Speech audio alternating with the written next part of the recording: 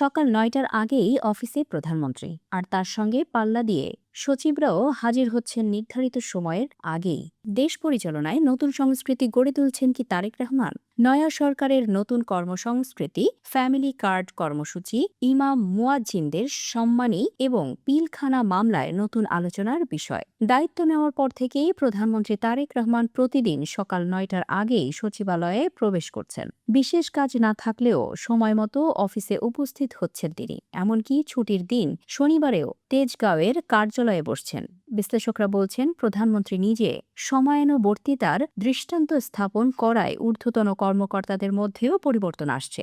এখন সচিবরাও সকাল 8:30 থেকে 9টার মধ্যে অফিসে পৌঁছানোর চেষ্টা করছেন। এদিকে নির্বাচনী প্রতিশ্রুতি অনুযায়ী সরকার ১৩টি উপজেলায় পরীক্ষামূলকভাবে ফ্যামিলি কার্ড কার্যক্রম চালু করতে যাচ্ছে। আগামী ১০ই মার্চ প্রধানমন্ত্রী আনুষ্ঠানিক উদ্বোধন করবেন এই কর্মসূচির। এই কর্মসূচির লক্ষ্য প্রান্তিক ও নিম্ন আয়ের পরিবারকে সামাজিক সুরক্ষা দেওয়া। এদিকে ঈদের আগে ইমাম মুয়াজ্জিনদের সম্মানী ভাতা দেয়া নির্বাচনী অঙ্গীকার বাস্তবায়নের অংশ হিসেবে সিদ্ধান্ত নিয়েছে সরকার। ঈদের আগেই এই ভাতা বিতরণ শুরু হবে বলে জানানো হয়েছে। এছাড়া পিলখানা হত্যা মামলায় নতুন করে আলোচনা শুরু হয়েছে। ২০০৯ সালের ২৫শে ফেব্রুয়ারি পিলখানায় ঘটে যায় মর্মান্তিক হত্যাকাণ্ড।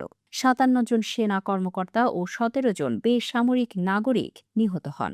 মামলাটি এখনও বিচারিক প্রক্রিয়ায় রয়েছে। প্রসিকিউশনের তথ্য মতে সাক্ষীদের জবানবন্দিতে ক্ষমতাচ্যুত সাবেক প্রধানমন্ত্রী শেখ হাসিনা সহ তৎকালীন কয়েকজন মন্ত্রী ও আওয়ামী লীগ নেতার নাম উঠে এসেছে। এই বিষয়টি রাজনৈতিক অঙ্গনে নতুন আলোচনা সৃষ্টি করেছে। প্রধানমন্ত্রী তারেক রহমান মন্ত্রীদের উদ্দেশ্যে বলেছেন, আমাদের হাতে বিলাসিতা করার মতো সময় নেই। আগামী ১৮০ দিনের মধ্যে মাঠ পর্যায়ে দৃশ্যমান পরিবর্তন দেখাতে হবে। পারফরম্যান্সের ওপর নির্ভর করবে মন্ত্রিসভায় টিকে থাকা, অর্থাৎ কাজের ফলাফলই হবে মন্ত্রীদের টিকে থাকার একমাত্র শর্ত।